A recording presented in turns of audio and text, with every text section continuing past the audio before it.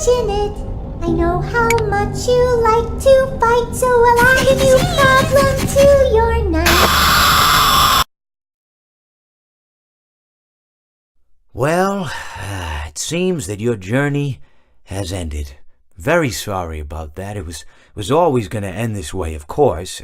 If it weren't by me, it would have just been by some other, terrible thing. Just, you could not imagine how terrible it would be. Just, I get scared thinking about it. I'm glad it's not me. It reminds me of a time I was speaking to my good friend Orville.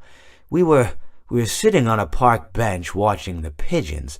I was on the left, he was on the... Oh, wait, was I on the right or left? Anyways, it doesn't matter. We were sitting on there watching the pigeons. And I said to Orville, "Friend, those birds are frozen." And he kind of looked at me like I'd lost my mind. But I reminded him that it was winter, and often birds will sit in a tree until they freeze. And then they sort of fall to the ground until the sun warms up and they can, move around again. So I said to Orville, "You might as well save those breadcrumbs until the birds thaw, because they can't very well enjoy them in the condition they're in."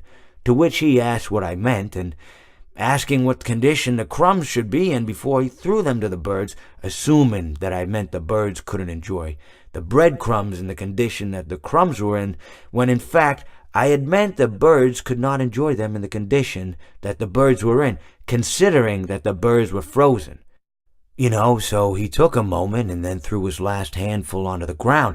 I said to him, "Orville, why did you throw the breadcrumbs to the birds when I just told you they're frozen?" To which he responded, "The breadcrumbs are not frozen." Again, misunderstanding my words. I didn't mean to say that the breadcrumbs were frozen when I said I told you they're frozen. I'd been referring to the birds. In hindsight, what I should have said was, and this would make perfect sense, "Why did you throw the breadcrumbs to the birds when the birds are frozen?"